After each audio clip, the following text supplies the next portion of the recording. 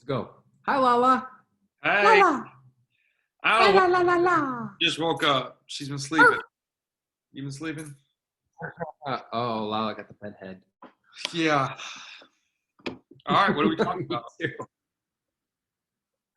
So I saw this article. You get the Training Peaks news like articles, and the article was the power of micro goals, and I thought that was a cool topic. And without even opening the document, I sent it to you. I was like, "What?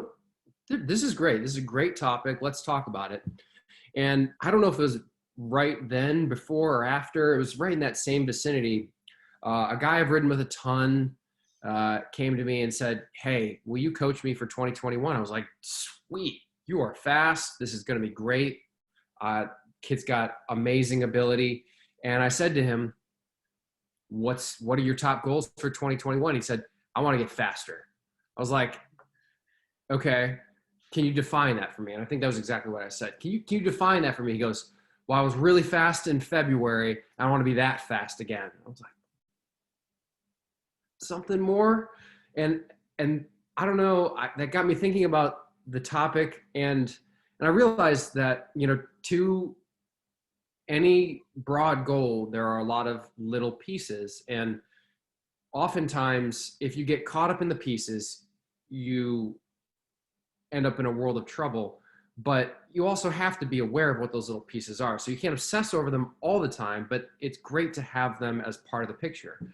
So I figured we'd just kind of talk about that a little bit I like today. that.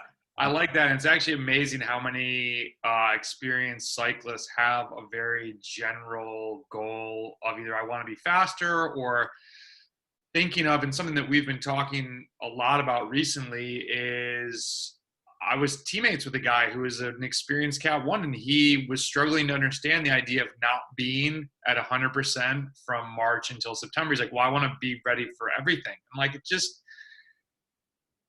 it doesn't always work that way. Because if you're really trying to put in the work, and this guy, and the thing was, he raced all the time. So I'm like, how are you going to go to a race he's racing literally 3 times a month, 3 weekends a month. I'm like, how are you going to go every weekend and be 100%? Because you need to rest a couple days before. But if you do that, you're not going to get the overall volume. And it is interesting then when you kind of what we say of zooming out and seeing the forest versus just the trees. It sounds like this is a perfect analogy to that, or a part of that. And yeah, this is a great topic. I love it. What were your initial thoughts when you first saw the title, like micro goals? What comes to mind for you of micro goals? Let's talk about, maybe so we can define for people, what would micro goals be? Are those parts of a workout? Would that be a workout? Maybe it's a day. Maybe there's many micro goals to a day. Like, how micro do we want to get? Well, I mean, yeah, I guess the smallest micro goal that I was thinking about this, and the smallest micro goal that I could come up with was when you're in that interval and you're dying and you're like, all right, I got to get 10 more seconds. And you count to 10 and you've done 10 seconds. That's a micro goal. Like, that is the most zoomed in perspective. But then if you zoom way out to like, what is your life like? If you say I want to ride a bike for my entire life, like, then all of a sudden a micro goal becomes like, hit 10,000 miles for 10 years in a row, or something like that. Like, and that is a very big goal, but by the perspective, it's a very, very small part of the goal. So Yeah. that kind of got me thinking, like, life is kind of built like that too. Like, you have a lifetime, and then you have like your career as an adult, or like careers, and you have your youth, and then maybe you have parenthood. So you have all these little different sizes of scale to look at it, and then you have your day, your week, or sorry, I guess you would go year, month, week, day, hour, Yeah. so if you just go, that's kind of, so the micro is, to me, is the zoomed in version of whatever your big scope you're looking at is. Okay. Is Yeah. that Yeah, totally. Because I think, like yesterday, for me, I mean, I think sometimes, if the morning goes as planned, I'm usually up at like 5, and I make Chris's lunch and I start doing emails and I get through this. And if it's like 7 and I've gotten certain things done, I'm like, cool, W. You know, yesterday was churning along great. I'm getting this fire going. I walk inside, I drop a log through a window. I was like, okay, that's it. That's an L. That's not a win. That's a loss. But how do I keep going and keep the momentum going? You know, I had a great interval session. Things went better than planned. Yeah, so I think that is interesting to think of micro in relation to what your big goal is. So let's use this person as an example then. So let's talk about his goal. That's a horrible goal. Get faster. That's not even that's like not to knock you, whoever you are. Many people say that. Don't feel bad. We just want to throw out something constructive, a new way to think about this. You know, I think so. Goals, whether it be event-based or goals, even though I'm not a big metric goal person, because I think it leaves people, I should rephrase that. I'm not a metric goal-based person for people that have events, because the event doesn't always line up with your metric goal. And I had somebody who so desperately wanted to do X watts for 2 hours, and I was a bad coach, and I didn't stick to my guns. And he did this and came really close to it. And then when the season came out, he was like, I'm going to do all these crits. And I was like, well, wait, that wasn't really the plan. I didn't think. I thought it was more going to be road races. So this kind of went with his racing style. And so that was miscommunication on my part. That's when I really started being like, okay, performance goals for event-based people, it usually doesn't end up great. But now with COVID, we have this whole other thing going on. It's like, well, what if we don't race? How do you keep progressing? So I think to that athlete, I would say, what events, if COVID goes away, or they just said on the news last night, there might be vaccinations and there's the herd mentality of 70% of people get vaccinated, we're all good, whatever. Let's say we're going to race. What are the 3 events that you want to do? Or even sometimes 2, because if now that there's gravel and crits, if people pick like a road race and a gravel and a crit, things get really squirrely. What are your top 2 events? What does it take to get better at that?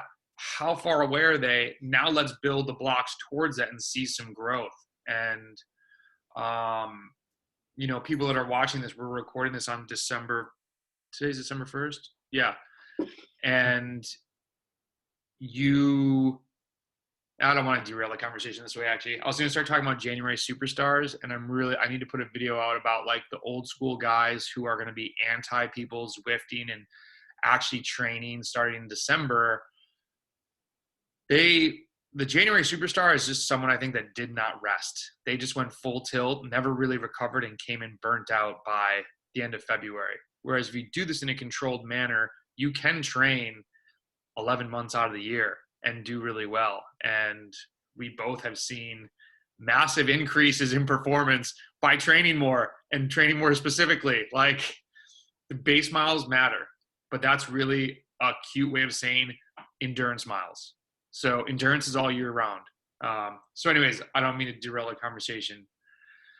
No, it's longevity, right? Like, be faster. So yeah, if you're talking about speed, like what did he mean by just be faster?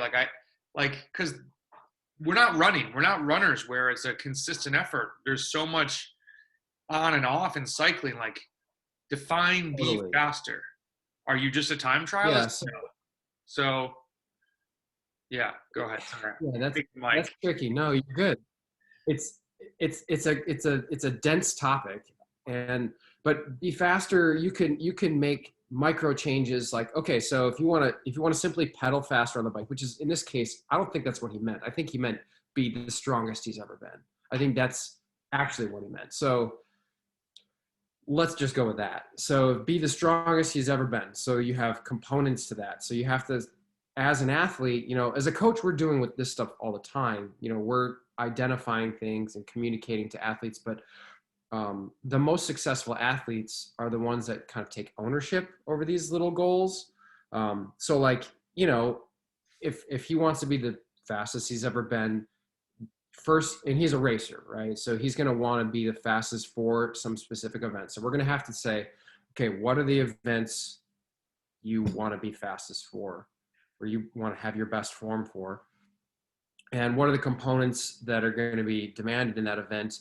Where are you at currently? Like, what are the things that are just so deficient that no matter, unless you fix these deficiencies, you're not going to even have a chance of being competitive at these events. So that's probably where we'd start. And then, the athlete has to take some level of ownership over that. Like, they can't just expect to get a workout in Training Peaks and say, all right, well, I did this workout, so I guess I'm there. Like, they have to kind of internalize when I say, okay, here's the components. You have to be able to go at 300 watts for 2.5 hours. So to do that, you're going to need to go for 4 hours at 240. So otherwise, there's just no way you're going to get there. And within that race, there's going to be 6 climbs and likely a sprint finish. Or like you're not a sprinter or a climber, so you have to get away. So you have to have the depth. So then you constantly are looking at like what the scope of your objective in that race is going to be. I guess hope that. people see. Sorry to cut you off, but I hope people see how many layers to training being applied to a race there are. Like, and to piggyback on your example, you're talking about a 3-hour section of a race, and I was thinking the other day about, no one really talks about endurance getting dropped by endurance miles. Like, if I go ride 300 watts for 3 hours, never go hard, there are going to be a large number of people that they'll get dropped because they're just going to get tired. They've never done that. They've never trained their endurance long enough to do that. We're not even racing yet. We haven't even counted those 6 climbs that are in the race. So like, if you're going to die from an endurance ride, you're never even going to have a chance to go hard on the climbs. So like, polarized training, all really hard, all really easy. I think there's some great points about polarized training. Make the hard really hard, make the easy very easy. But this idea that you're never doing tempo, you're never doing a threshold interval, like, you need some aerobic power if you ever really want to get the chance in the race to go really hard. Because guess what? If you go out and you go out and you warm up for 20 minutes and you do your 4-minute max efforts, you go really hard. I don't know any bike race that requires you to do that. There's not one. Like, you did good intervals and you're going to get a maximal aerobic power adaptation. It's not race specific though. So the other thing too that's interesting is talking to this guy from Ireland, and we were talking about one of the first races that's at the end of February or early March, and it's a short race because it's first race of the year. I think it's only 80 kilometers, he said, so like 50 miles.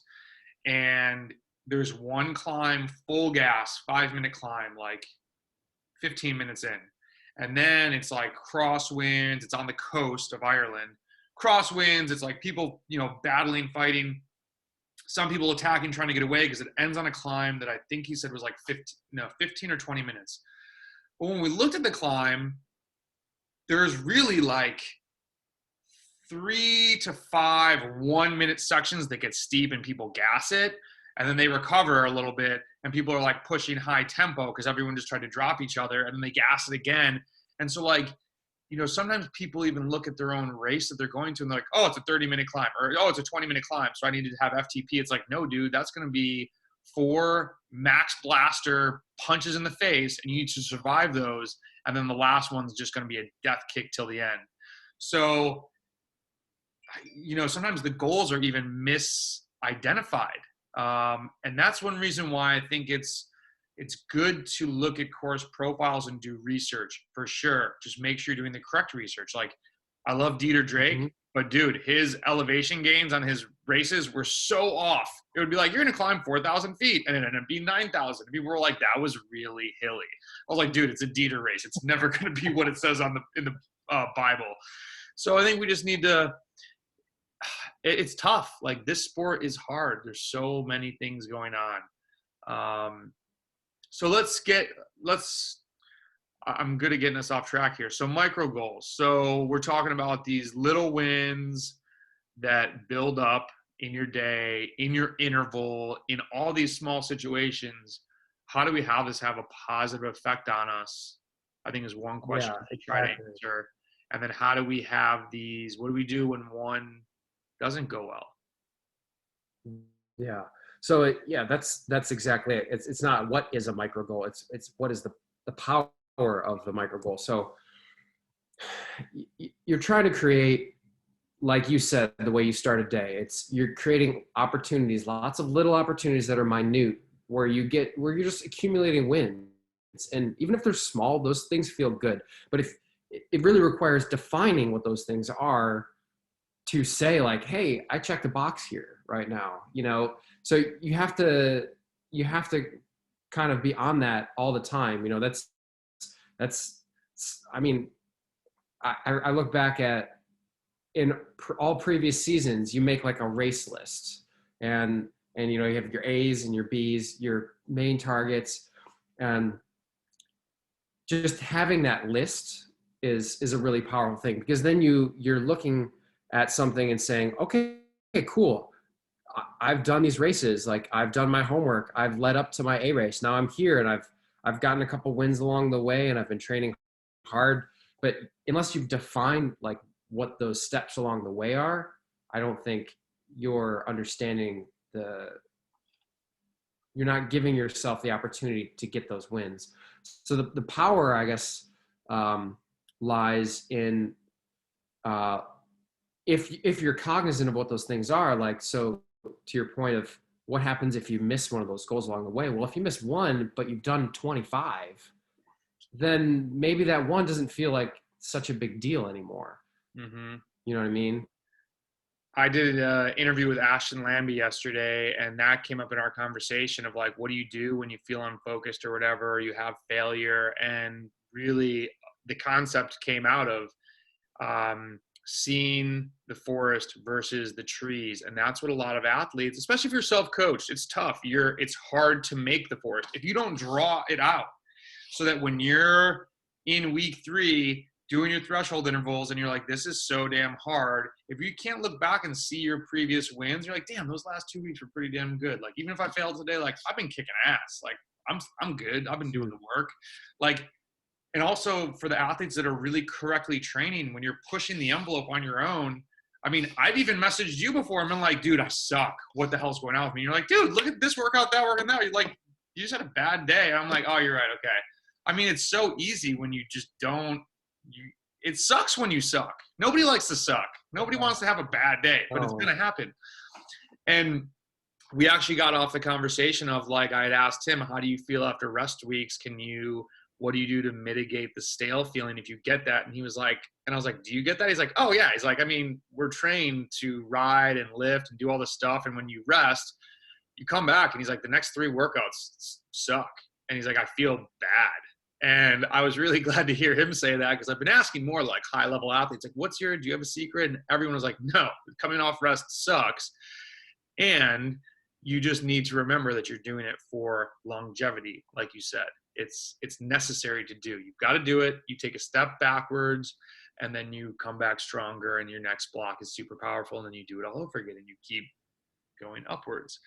So yeah, I think too, for me, micro goals are just those little wins that keep the fire burning. It's like, all right, I got that done. Like, did that interval session. Like, Tuesday is usually my hardest day. So I'm like, just want to get through Tuesday. And I used to do Tuesday and Wednesday as the 2 hardest ones. I've switched since I did more VO2 max this past year. I enjoyed having the Wednesday endurance day in between, as well as lifting on the 2 hard days. So now I always think like, all right, Tuesday and Thursday, I just got to get through those days. And Tuesday morning, I'm friggin' anxious and I'm nervous. And I'm like, God, I hope I like really crush this. And I, think of my nutrition. And that's one thing, like you're saying, write it out. Like, people be like, hey, bomb the nutrition today. Got to get better at that. I'm like, well, do you write it down? Somebody just last week said, just got so busy at work, I didn't even remember to eat. And so like my intervals at 5 p.m. were horrible. I'm like, so if you have to, put a reminder in your phone, eat. I mean, even when I was running around in a hospital with doing the implant thing, I was like, okay, it's 11:30. In the next 20 minutes, I either need to like nosedive into the bathroom and eat a granola bar and a bagel or something carbs, or like figure it out. There were plenty of times like behind my mask, I'm like walking down the hallway, just like rush it. You're busy, but like cycling's a lifestyle. Figure it out. I mean, Yeah. whatever you got to do, you are a machine now. If you want to be good at this game and you want to train really hard in order to get better, you need to treat yourself like a machine, and it needs fuel. So put a reminder in your phone, make a schedule. So how do the micro goals relate then to the macro goals? And even more important, I think, what about when the macro goal doesn't go as planned? I think I got a good answer for that. I never thought about this. This is a great topic. So what's micro to macro? How does this, I mean, so it's great if you're getting all these little wins, but that's not the goal, right? So how do these micro goals stack up to achievement, or, you know, we're all training Yeah. towards something. So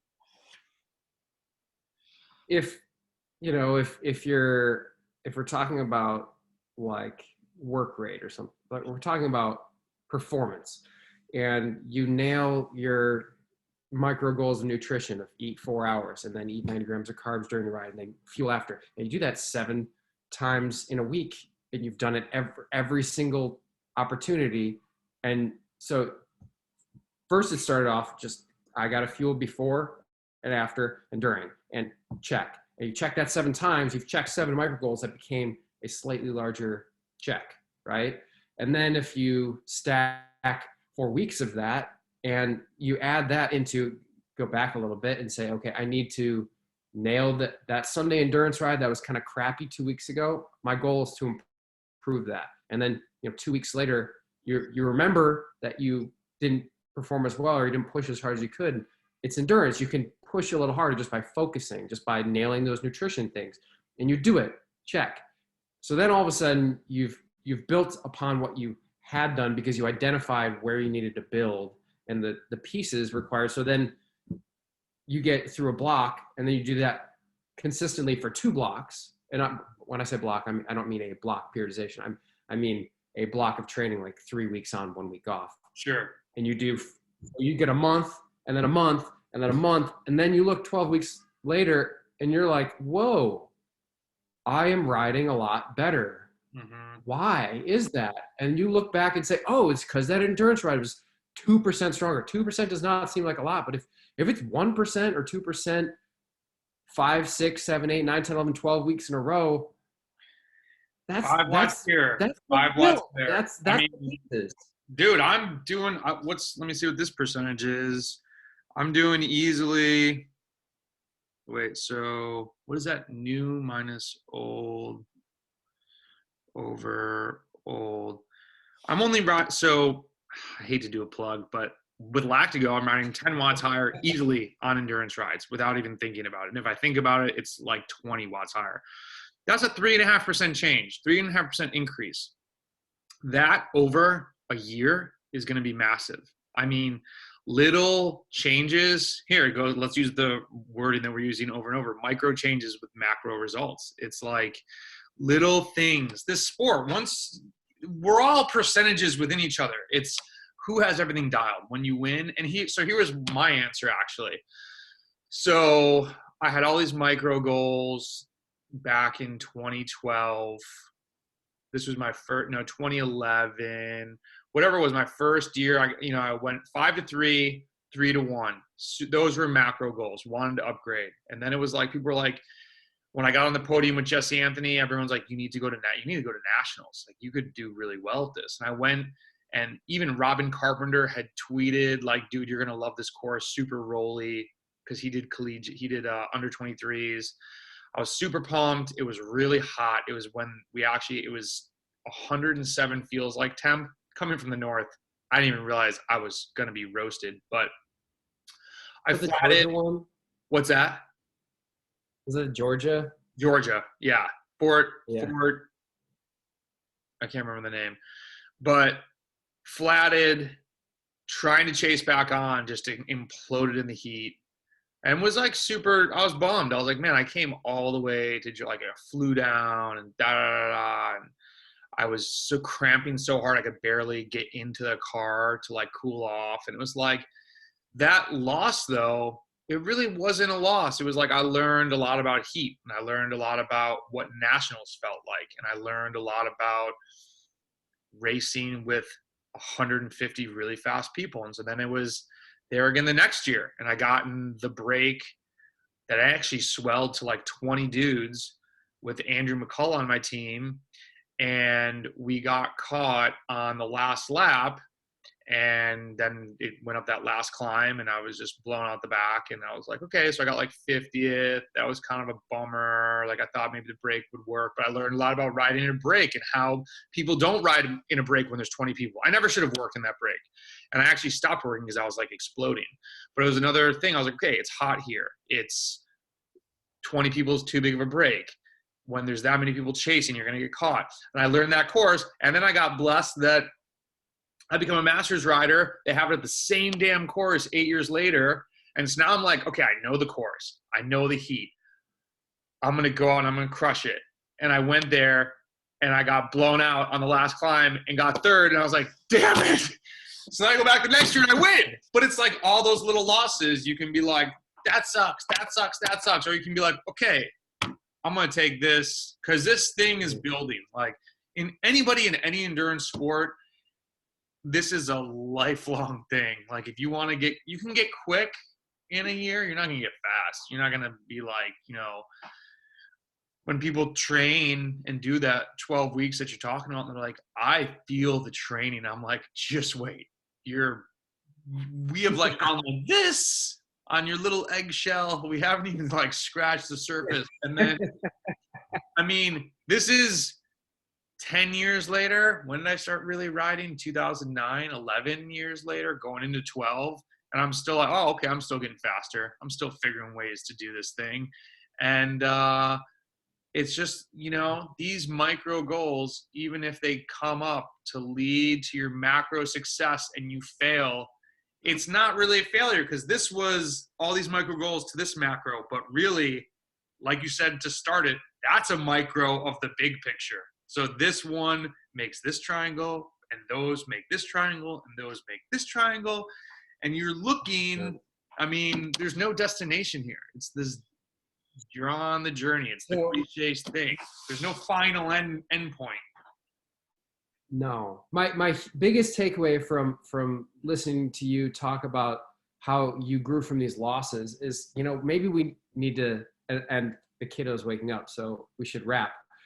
But final thoughts, like, you took these losses, and from these like losses, you pulled all these micro wins. So maybe it's not micro goals. It's build your life on micro wins. That's the power of micro wins should be the topic. Maybe it should just be wins, because, you know, like you said, that the macro win. Now I'm trying to take that win of Masters, Nationals. Now I'm trying to apply that to bigger things, to gravel racing, pros. It becomes a micro win. Yeah, it's all micro. We're always stack it to something else. But yeah, honestly, I think people really need to see the fact that, you know, I post all my race results online, and people are like, you win so much. I'm like, but I lose so much more. I just race a lot. So it's like, the more tickets you buy, the more chances you have to win. But I've gotten my face kicked in so many times.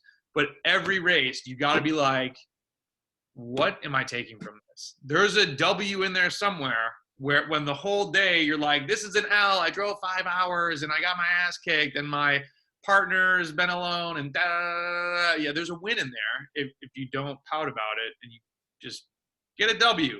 Even in breaking that glass, maybe I'll go meet somebody cool that fixes it and whatever, and da da da da. It's all mindset. Bingo. So, cool, man. We'll go take care it. of the kid.